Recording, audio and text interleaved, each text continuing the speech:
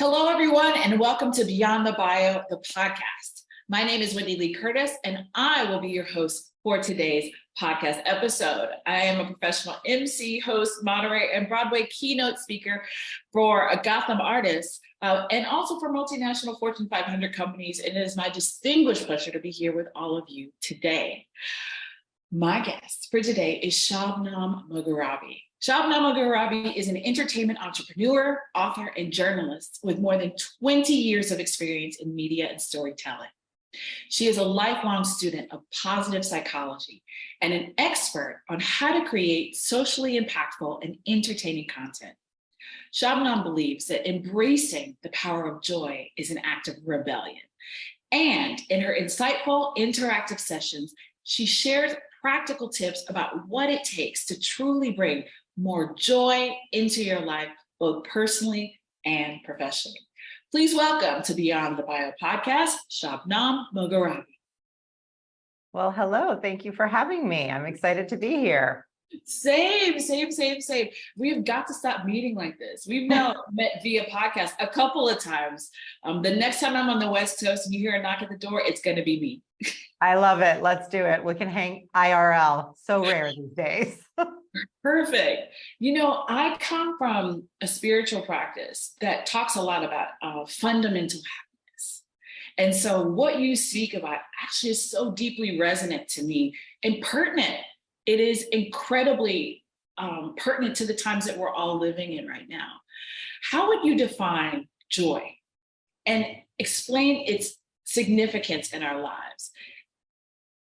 Yeah. So, you touched on it just now. We are living in a very strange time for our general mental well-being. We are seeing loneliness levels, anxiety levels, stress levels, depression levels at the highest rates they've been in more than 100 years, even higher than during the Great Depression. We are now seeing 1 out of 3 Americans experience anxiety. Suicide rates, particularly amongst the youngest amongst us, is at incredible highs. And 18 to 24-year-olds in particular are experiencing loneliness at higher rates than almost any other generation living today. So when you look at what's happening with our mental well-being, all of which was amplified by the pandemic and the shutdown and the changes of the last 3 years, it's been really fascinating to think about what's the antidote to that. What are the antidotes and the solutions that we can look at to try to counteract what's happening with our mental well-being? And so I genuinely believe that choosing joy and bringing more joy into your life is an act of rebellion in the face of what's happening today. And when I talk about joy, I'm not talking about an emotion, right? I'm a mom of little kids and I'm constantly trying to talk to them about, I see you're feeling angry right now. I see you're feeling frustrated right now. Emotions come and go, right? You're angry one second, then you're not. And you feel happy when you find $20 in your jean pocket and then you're not happy anymore, right? So there's a fleetingness to emotions. The kind of joy I'm talking about is the perspective that comes from an internal state of tools that you have. You have this internal set of tools that you can pull from to bring a different perspective to how you respond to the life that's happening around you, good or bad. And that perspective, that state of being is what I define as joy. The ancient Greeks actually called it eudaimonia. They called it eudaimonia, which translates literally into human flourishing. So despite the plagues and the waves of death that were coming to the ancient Greeks and Romans, they really truly focused on how can I best flourish in this setting and what are the tools I can pull on to do so. And that's the way I think about joy. It's what are those tools, those things, those positive psychology elements that I can pull on to deal with whatever I'm being thrown my way. What a beautiful word. With a beautiful meaning. Say it again. Eudaimonia. I love that. I'm going to add that to my $10 word collection. It's a really good one for like a New York Times crossword puzzle. I love that. You touched on it a little bit when you talked about being a mom and having your children. Can you tell us a little bit about your personal journey with positive psychology and how it's influenced your work? Like, what are some key lessons or insights that you've gained along the way? Yeah, I used to joke that I'm a natural Eeyore. I am not a natural Tigger. And so when I walk around saying, oh, I talk about joy and positive psychology, people assume that I'm this crazy optimist. And that's actually not true at all. I would definitely say I'm a firstborn child of immigrants with parents who told me I had to achieve, one foot in the Persian culture, one foot in the American culture. I mean, look at my name, right? I grew up with a very kind of strict upbringing, and with that came kind of an Eeyore, what I call an Eeyore mindset. And it was an intentional act of, I am going to change the way my mind works and the way I react to situations, that actually led me down the path of positive psychology. And I started reading tons and tons of books. I started with actually Martin Seligman's work, and he is kind of considered the father of positive psychology. He came around at a time when in the 80s that everyone was saying, oh, psychology is for what's wrong with us, right? Like we go to psychologists and therapists to figure out all the things that are wrong in our brains. But Martin Seligman came around and he said, there's actually a lot of people who have a lot going right in their brains, and I want to study them and I want to figure out what's working for them. So I started reading some of his works. I read actually quite a bit of the Dalai Lama meditations on happiness and the Buddhist meditations on happiness and detachment. And I really started diving down into this well of positive psychology. And I found that there's a lot of really applicable, simple, practical things that we should be taught as children to use as tools when we're faced with struggles, and we're not. And I do think that that's starting to change. Even now, as I've got these little kids, I see a lot more conversations around gentle parenting and around recognizing emotions, around how to regulate yourself. And so I do think that we're starting to come around to these same tools, but it has been a long journey for me, and I still have to work on it every day because, like I said, my natural mindset is not Tigger jumping around as Miss Optimism. I am definitely have to work every day to choose to bring these tools and more joy into my life. I love that you articulate this is a marathon. It's not a sprint. And also that you speak about the research, because I think it could be very easy to dismiss this idea of positive psychology, some sort of feel the moon, feel the stars, kumbaya sort of stuff, but it's actually backed by actual research and data. I would love for you to drill down into what some practical strategies are that our listeners can implement to help them cultivate joy and positive emotions in their everyday lives. I mean, Wendee, I could talk to you for the next 2 hours about all of the different things that you can do.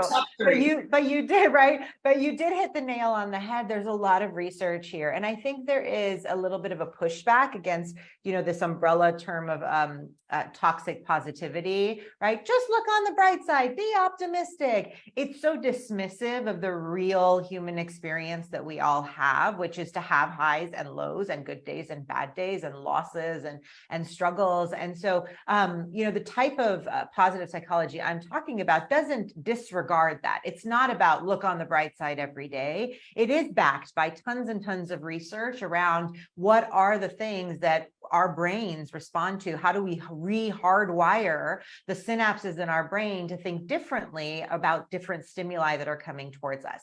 So some of the key tentpole elements in this toolbox, which Martin Seligman, the father of positive psychology, and other positive psychology researchers all talk about. There's some of them are very common sense, right? If I asked you what makes you feel better, it's like, if I get a good night's sleep, if I eat well, if I exercise, right? These are all things that we common sense tell us will improve our moods. But they have actually done tons of research on things that we wouldn't often think are really, really important and critical for us. So for example, acts of service. Acts of service are incredibly important for our well-being. There was a study done at the University of Chicago with college students, and they actually had them come in and do a test about their general happiness levels. And then the researchers told them, okay, thanks for doing that. They didn't really know what they were being tested on. And they said, thanks for doing that, but go out this weekend now, and we want you to do something to make yourself really happy. And so the kids went out and what did they do? They drank, they smoked, they hooked up with people, right? They partied. And they came back the following week, and lo and behold, all their happiness levels had dropped. And then the following week, the researchers asked them to go out and do a small act of service for someone else, drive someone to an airport, help someone move, small things for in service of someone else. And when the students all came back, their happiness levels had increased. It's such a simple thing to think about, that if I behave or do something in service to someone else, it makes me feel useful. It makes me feel needed. It makes me feel like I contribute to the world around me. And that's so important for our brains. And so acts of service is a really powerful tool for our mental well-being. The thing that actually, interestingly enough, is one of the most powerful in this kind of tool set is gratitude. So having a consistent gratitude practice is something that's actually a really powerful tool as well. So you've got all the standard exercise, eat well, sleep. Then you've got things like do acts of service, have a regular gratitude practice, and they can be really powerful tools for us.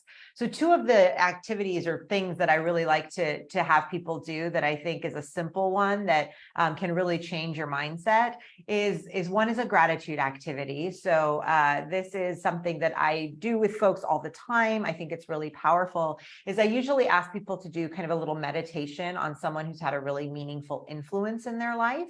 And then I ask them to kind of write down a little letter to them, not long, just a little note on a Post-it about, hey, dear mom, you know, I thank you so much for being there for me growing up, and I really appreciate you, and all the things that they value about that person. And then I ask them to actually pick up the phone and call that person and read their letter out loud to them.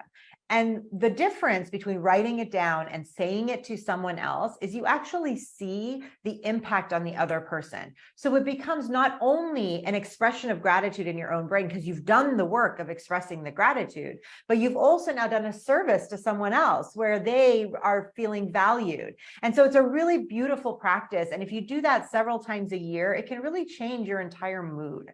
And so that's one exercise that I really love, that I think is practical. It's really grounded in research and science.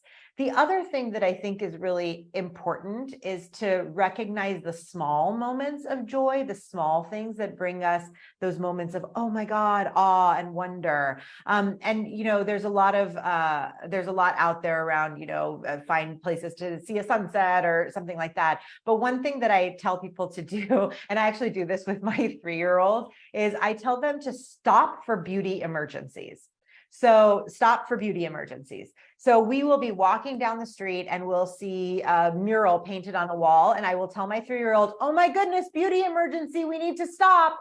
And then my 3-year-old and I stop and I say, look at this beautiful mural. Let's look at all the amazing colors on it. And now that's obviously for a 3-year-old, but you should do the same thing as an adult. We don't take time to walk down the street, and when you see a beautiful flower or a gorgeous tree or an art structure that someone has put in place, we might see it in passing and be like, oh, that's pretty, and keep moving. But we don't actually take the time to stop and appreciate that beauty. And beauty is really, our eyes crave it, our bodies crave it. The reason that children are so drawn, babies are so drawn to faces, is because they see the symmetry of a face and it's beautiful to them. And so they are drawn to that. And so it is really important for us to stop and appreciate those moments of beauty and awe and wonder, because that's another tool in the repository of tools that we have to draw on to bring more joy into our life. So those are two little tricks and tips that I often give people to try to practically bring more joy into their lives. Oh my gosh, you dropped so many powerful, actionable gems. Beauty emergency. I'm just stealing, you know, that meme where I'm stealing this meme, like I'm just taking, I'm stealing all the good and bringing it in. You know, we know that acts of service can be a progenitor to purpose. Mm-hmm. Yes. Having a sense of purpose is often considered crucial, both from a personal and a professional perspective within those realms. How would you emphasize the importance of purpose in these areas of life? And purpose is actually another one of those elements in the toolkit for positive psychology. So similar to having acts of service, which can help tie into your purpose, having a clear sense of purpose, knowing kind of your why, is really important for, again, our mental well-being. And it's one of those tools in positive psychology. So I actually do a whole separate talk on purpose, because I do think that in both the personal space and the professional space, there's been a lot of conversations around purpose in the last decade. And yet A lot of it has become conflated. So there's this misnomer, I think, out there that your purpose and your career have to be exactly the same. We've started raising kids and telling kids, like, find what you're passionate about and do that, and find, what you think your purpose is and do that as your career. The challenge with that is that careers change. I mean, you and I both know I've had 4 different careers in my lifetime, as have you. We've had all these, right? Exactly. I have 4 right now, just today. Exactly.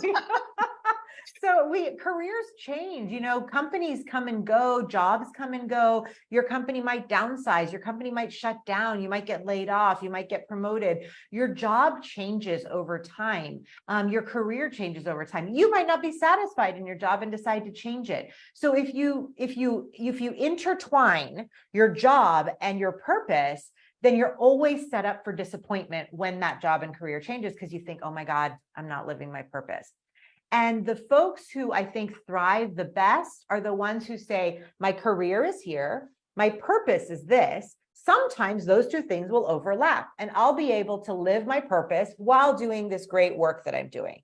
But sometimes it won't. And I have to find ways to fulfill and fuel that purpose, irrespective of what my job is that brings me money. And a lot of, high profile people have talked about this. So, Oprah Winfrey actually says that her purpose in life is to empower young women and empower kind of the next generation of women. And if you look at her work, yes, some of her work does do that, but it's really actually through her nonprofit work with her girls' schools that she actually fully lives out her purpose, making talk shows and giving away cars. Like, yeah, does that empower women? Maybe, but the real showing up of her purpose happens with her nonprofit work. Richard Branson, the founder of Virgin, he says that his purpose is to live a life of adventure.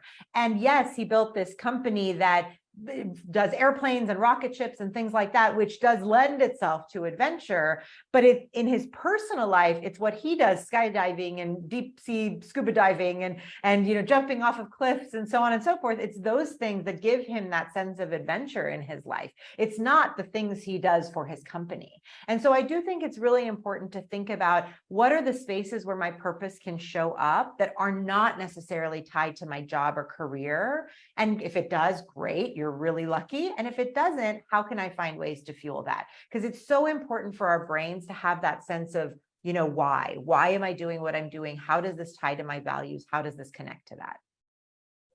Can I tell you, that is such a bar. That is a whole sermon that you just delivered there, because isn't that in some ways, maybe I'm conflating the two, like, isn't that kind of what a midlife crisis is, when people when they've conflated their purpose and their profession? And a little where they fit between the nexus of the two, or within those 2 separate entities. Yep. It's a crisis of identity. And you see it happening over and over and over again. That is such a cautionary tale that you're outlining. Yeah. And I think it's really important, especially, I mentioned that 18 to 24-year-olds in particular are really struggling with their mental health today. And I do think there's a lot of pressure on that generation to kind of know very early on what they want to do, what they want to achieve, how they want to live out their purpose. And we tell them that, they can be millionaires on social and they can do all these crazy things at the young age of 19. And they're not being encouraged to develop a sense of kind of knowing their why, knowing who they are and what values they stand for at a very young age, and finding means to pursue that are not tied to their job and career. And I think that that's a tool that we need to start giving that next generation in order to help, make sure that these midlife crises don't happen again and again. That's so much truth wrapped up in that. As the parent of a young adult, that is a consistent talking point in my counsel with her, is exactly around what you outlined. What I love about your work is you have the answers, but you always have strategy. You always have a strategy that undergirds everything that you're teaching and that you're sharing.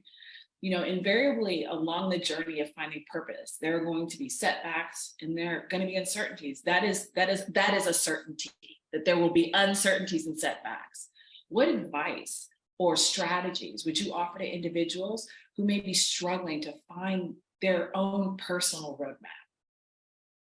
Yeah. So, you said that the path to joy is a marathon. I think the path to purpose is a marathon as well. It's not something that you just sit down one day and you write down on a piece of paper, my purpose in life is blank. And then you just put it away in a drawer and say, okay, hey, I'm done with that. That was a good little exercise. Moving on. Right. Unfortunately, purpose is something that you have to come back to and reflect on pretty regularly, especially because as you go through different life stages, you have different priorities and values, and your values inform so much of what your purpose is. And our values evolve and grow and change, and our priorities grow and evolve over time. So there's kind of two things that I like to encourage people to do. One is there's an exercise. It was originated amongst Japanese monks in the I think it was like 700 BC. I mean, way back when, and it's called the Seven Whys.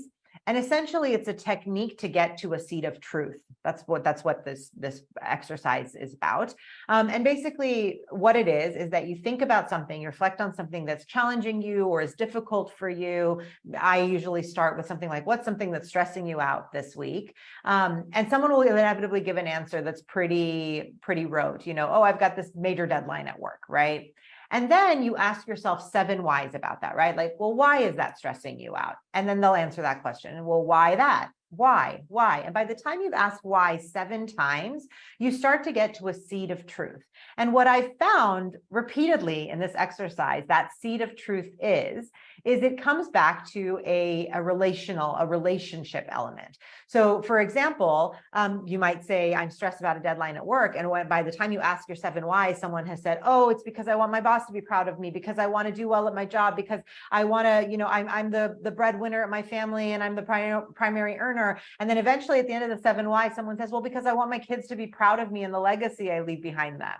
And then you're like, ah. And that's the seed of the truth of why things weigh on us and stress us out.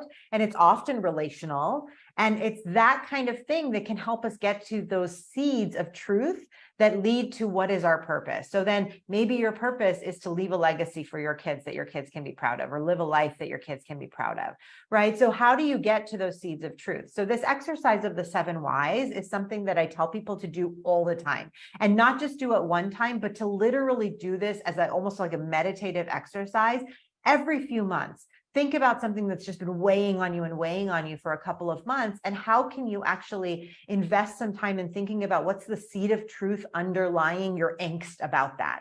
And that's when you start to get to, oh, it's because this seed of truth is leading me to this purpose, and I might not be living my purpose, and that's why this is stressing me out. Or I might not be hearing that truth coming up for me, and therefore I'm not addressing it. And so it's a really powerful way to get, despite what's happening in our world with uncertainty and setbacks and difficult parts, to reground yourself to what you believe you stand for. So that's a really, I think, powerful exercise that people can do to think about those seeds of truth underlying what they're dealing with at any given point. Now, is that something we should be doing on our own, or is that something we do with a confidant, like someone who knows us well? You can absolutely do it with a confidant, but you can do it with yourself too. Literally just write down the word why 7 times on a piece of paper. And at the top, write something that's stressing you out, and then go through the 7 whys and answer the question. And by the end, you usually do get to a point of like, oh, wow, this isn't really about X. It's actually about Y. And so I do think it's a pretty powerful tool as a self-reflection. I have done it in workshops. I've done it at events, and it's really interesting to see people go through the journey of like, well, this is silly. How is my thing that I'm stressed out about at work going to get me to a sense of purpose? And by the end, they're like, I didn't even think those were related. And so it is an interesting and powerful tool. It's actually been applied in business too. I believe Toyota has a 7 whys policy, where if something's not working on the factory line, or if there's a problem with customer service, they have to go through a 7 whys process to get to the seed of how something went wrong. So it is a really powerful tool for getting to those seeds of truth. And I love the witchcraft that you employed, because you named, I want my kid to be proud of me. I was like, oh my God, she just peered into my soul. That wasn't weird at all. I'm sure your kid is proud of you. That wasn't weird at all. I want to pivot just a little bit. one of the things that I'm seeing as a part of like corporate conversations, in interpersonal growth conversations, is tethered around the subject of storytelling, the power of storytelling. Now, we know that storytelling is often described as a powerful tool for creating connection, inspiring action, bringing positive change. Can you share some examples or stories from your own experience where storytelling has had a really significant impact? Yeah, of course.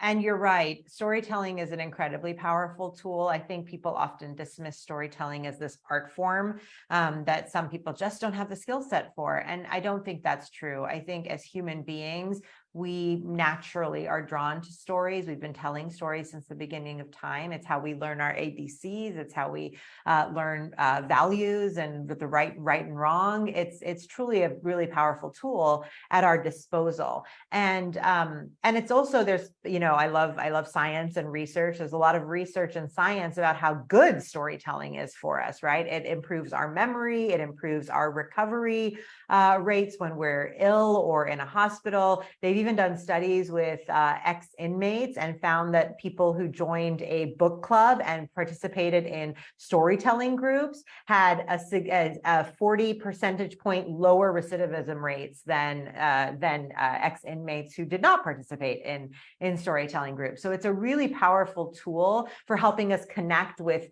what's right and wrong, and how do we want to move in the world, and how do we want to show up, and inspiring us and thinking differently and opening up big ideas. So I'm a big fan of talking about storytelling and how, particularly in the business realm, it can be an applicable tool for creating change. So a lot of what we did at my company, the company that I founded, co-founded with actor Rainn Wilson, my company was called Soul Pancake. And our whole mission was to create uplifting content around the human experience. And a lot of that was grounded in the art of storytelling.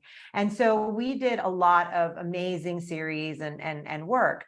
But one of the spaces that we spent a lot of time with is a genre called impact storytelling. And what I mean by that is using stories, using video content, using the narratives that we were creating to actually create meaningful impact around an issue area. And we did that repeatedly. And I think it's a really powerful way to start to get people to change their mindset and their emotional response to different issues. Because I think part of the contribution that we've had to, again, our mental well-being is that we're bombarded by negative information right now, right?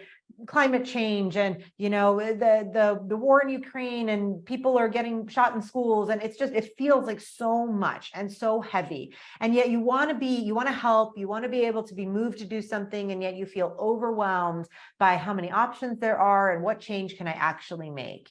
And so it can be overwhelming. And one of the things that we found was really powerful to help harness people's energy and momentum to want to create change and be part of the solution was storytelling. So I'll give you a couple examples from our work. We did a series in partnership with a director, Justin Baldoni, an actor director. You might know him from Jane the Virgin and other things.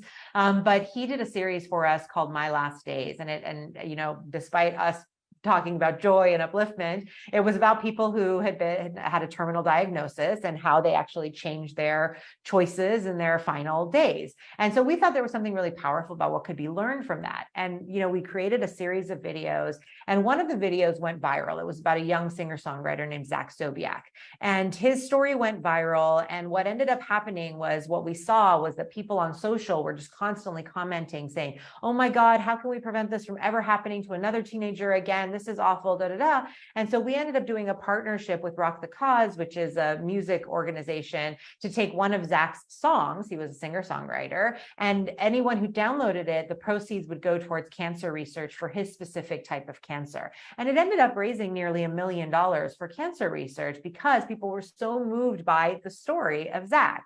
And so I do think there's powerful ways to do that. When we later down the road at Soul Pancake were acquired by a film studio called Participant, we helped them with the architecting of an impact campaign around one of their films, Alfonso Cuarón's Roma. I don't know if you remember Roma, but Roma was about his life growing up, and it was specifically about the life of his caretaker, his babysitter nanny, who helped raise him. And so he tells the story of this Indigenous woman who who had raised him. And alongside it, he really wanted to help kind of make the unseen workers of the world visible again. And so the Impact campaign that went alongside this film really focused on that.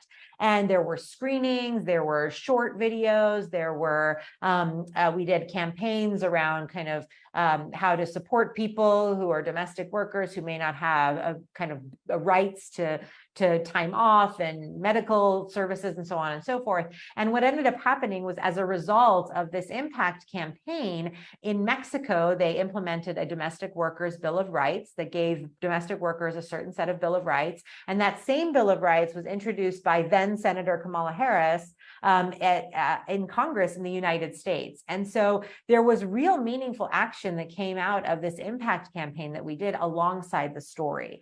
And the beautiful arc of that is that you let the story be the story. You let the art speak for itself. But as if you think strategically about how to leverage those stories to get people to care about issues, you can create real meaningful action and change. And I think there's some really powerful ways that storytelling can do that. Now, see, the stories that you shared really highlight how sacred storytelling can be, right? And not to be hyperbolic or, dramatic about it, but there's a very sacred nature to some of the stories that you outlined that Soul Pancake supported and put out into the world. Those impacts cannot be understated. It's that sacredness, it's the power of storytelling that sometimes overwhelms other individuals. It makes it feel difficult to them to feel empowered to tell their stories, right? They feel like, well, my story's not that interesting, or it's not that great, or nobody wants to hear this story. What practical advice would you give to those people who want to use their own stories to make a difference? And how can they overcome those internal mental barriers and connect with those audiences when they tell their stories authentically?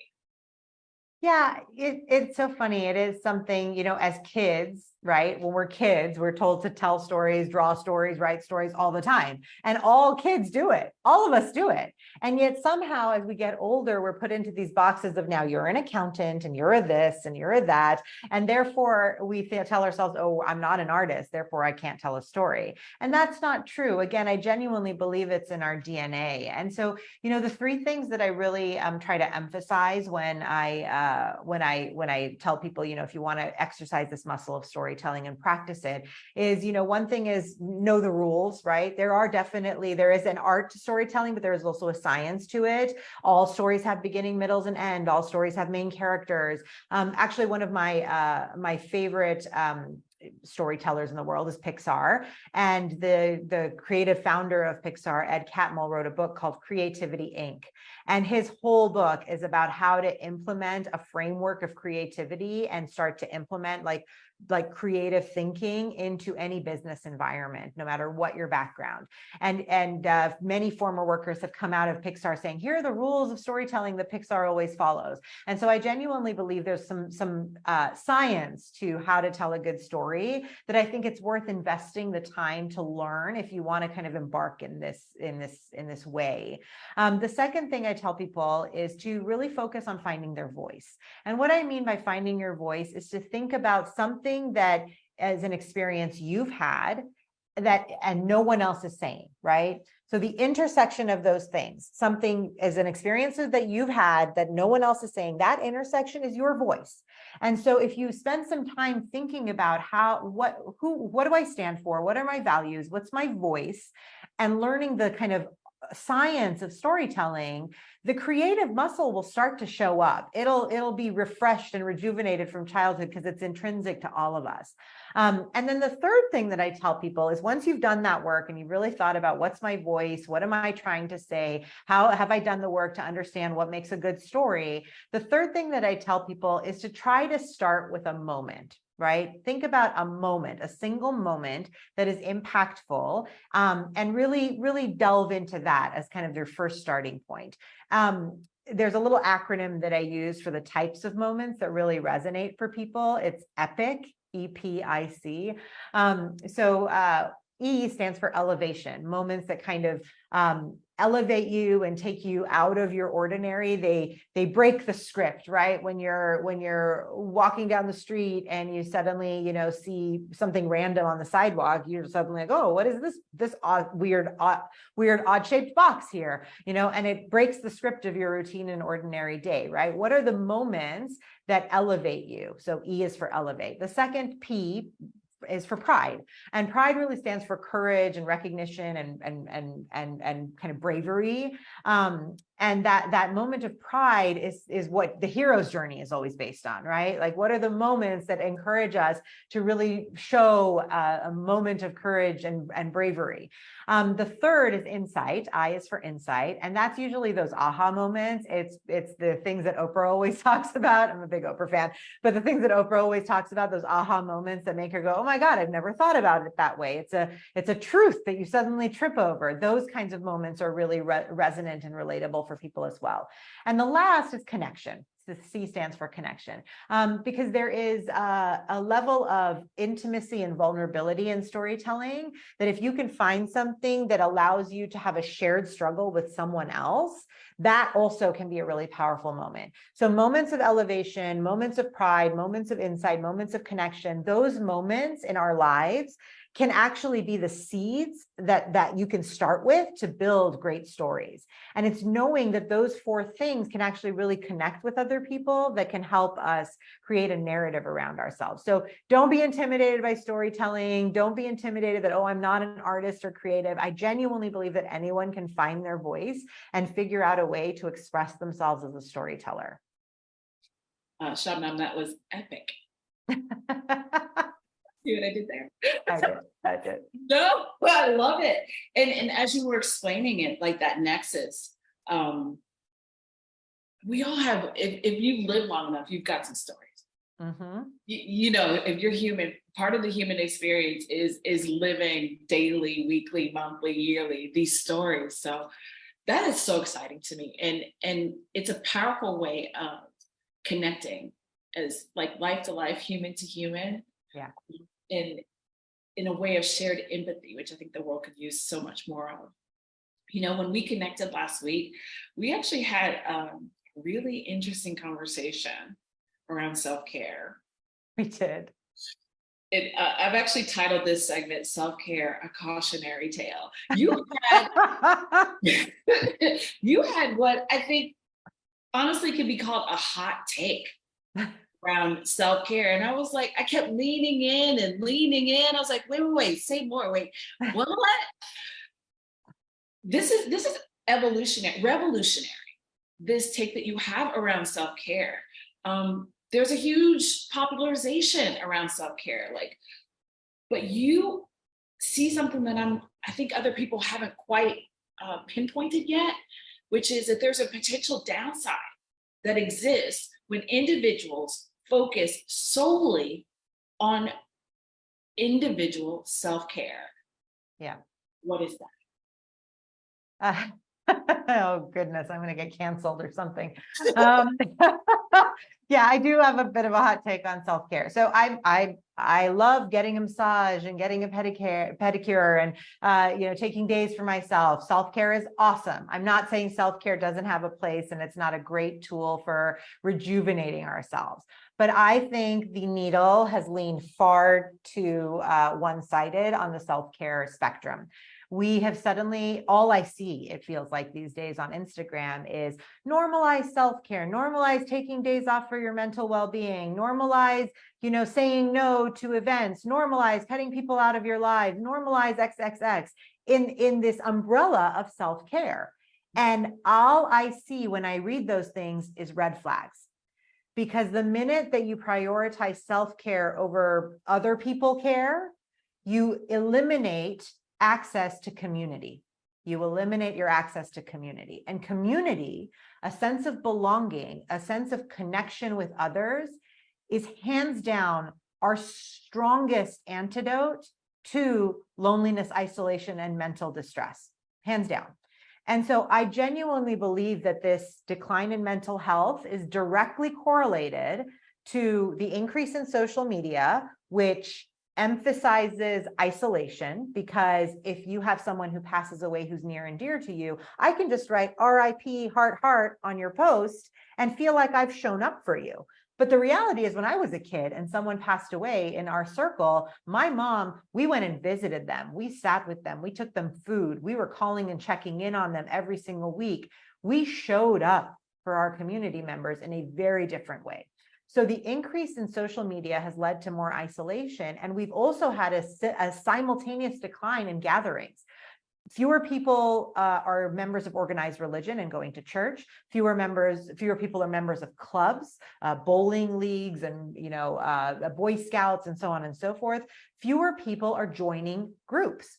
And so as there's a decline in joining and gatherings, and there's an increase in social media isolation, and this movement towards self-care, you've created this almost explosive situation where we have thrown out the baby with the bathwater, and our belonging and our sense of community has completely been eroded. And I think that they are all connected.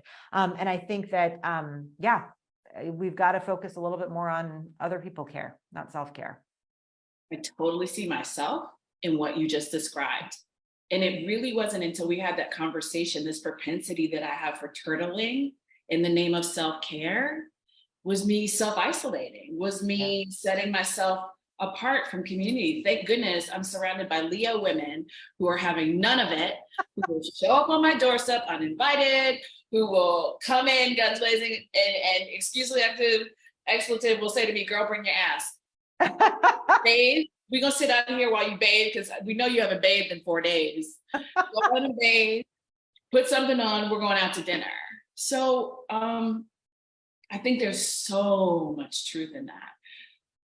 But perhaps the struggle is people figuring out that balance, right? How can individuals strike a balance between self-care and community involvement and still maintain these important, meaningful connections? One of the things that I've been talking a lot more about, and it's really funny because we had our conversation, and the very next day someone sent me a New York Times article about this, which I was like, oh my God, it's in the water. But I was telling you, we often take the easy way out, and texting in particular has become such an easy medium for that. So when you're invited to something, you're invited to come hang out at a birthday party, or I'm just having some friends over, et cetera, and you say, yeah, sure, I'd love to be there. The day of comes and you're like, I'm just not feeling it. I'm going to take the day for myself and self-care. It's so easy to send that text and say, I'm not going to make it. Have a great time. And you feel like you've reached out, you've made it clear you're not going to come, but not picking up the phone and calling the person is actually an easy way out. It's an easy way out. And this easy way out, this lack of sense of obligation we now have, there used to be that you felt obligated to show up for the family member's birthday party. You felt obligated to show up for your neighbor's, housewarming. You felt obligated to show up for that church buffet banquet, right? Potluck. So you felt obligated to do those things. And our sense of obligation has completely gone away. And texting makes it super easy to get out of any obligations we do have. And so I do think that one of the things that we can do to avoid the trap of self-isolation, is to lean into the obligations we have and not take that easy way out of texting no. And if you really do want to say no, pick up the phone and call, because your mind might actually be changed once you're talking to that person. Like, I actually really like this person. I do want to go to that birthday party. I don't want to back out of it. So I do think that's a really important thing to consider. The other thing to think about is join more clubs, right? I think especially, like I said, with the decline of things like Girl Scouts and book clubs and church, I think that we've lost gathering spaces, we've lost community. So I always encourage someone, if you're trying to figure out a way to make friends and build more community, and I am starting to feel really isolated, join a group. Just join one. Doesn't matter what it is. Might not be something you're even remotely interested in, but just the act of joining exercises the muscle in our bodies and in our brains of being part of a group and delivering on our obligations. And just doing that, even if it's like an archery group that you have zero interest in, just doing that for 4 weeks can get you back in the mindset of showing up for your obligations. So I genuinely encourage people, just join a club, join something to try to get yourself out of that self-isolation bubble that we are starting to fall into under this umbrella of self-care.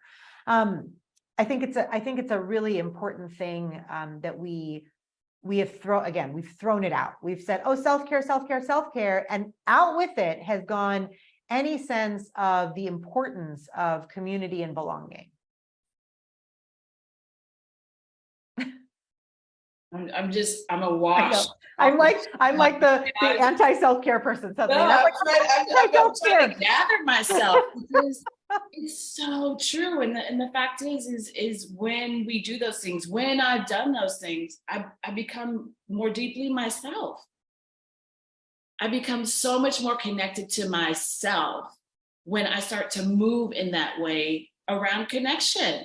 We love a club. We stand a club. Listen, Shabnam, I want to give you your flowers. You're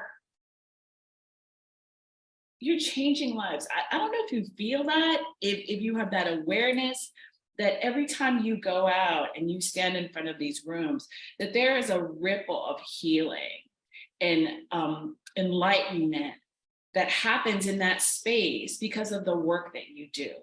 Oh, you're what I call a legacy keynote, a legacy leader. Shabnam, what is your magnum opus? What is your magnum opus? I have no idea. I feel like I'm trying to figure that out every day. I don't talk about this stuff because I think I'm an expert or I've nailed it. I talk about this stuff because it's all the stuff I struggle with.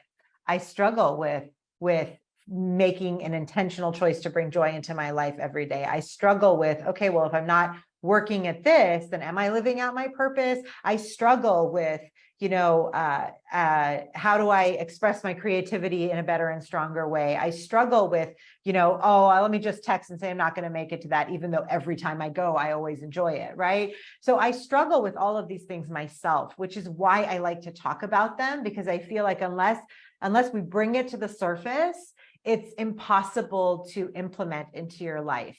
And I want to be better personally. And so I think that I'm sure there are other people who feel the same way. So if I can share what I've learned, and if I can share what has helped me heal and improve and be the best version of myself, then I would love to share that with other people.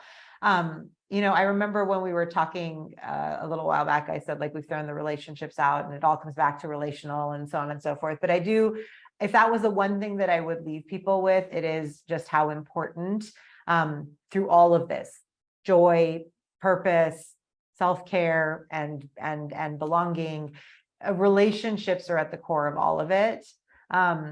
There is a huge study that started in Harvard. It's called the Grant Study. It's the longest longitudinal study on happiness ever conducted. It's been going on for almost 100 years. Hundreds and thousands of people have gone through it, and they continue it to this day. And through all this research, all the things that they've looked at what contributes most to happiness, it all comes back to relationships. The quality and depth of our interpersonal relationships is the single biggest factor and indicator of our level of happiness. And so if there's only one thing you do, and if there's only one thing that I can get people to walk away with, is to invest in your relationships, invest in the people around you, invest in building a community, invest in expressing gratitude to them. And all those things we're seeking, joy and purpose and connection, will come. But we have to invest in those relationships because it can change. It can be life-changing. This has been the best investment of time all week for me. Shabnam, you make my heart sing. You are epic. Thank you so much. Oh, that's very kind of you, Wendee. I really appreciate the kind words. And I loved chatting with you last week and this week. And I feel like you're a kindred spirit. So it was fun. Yeah.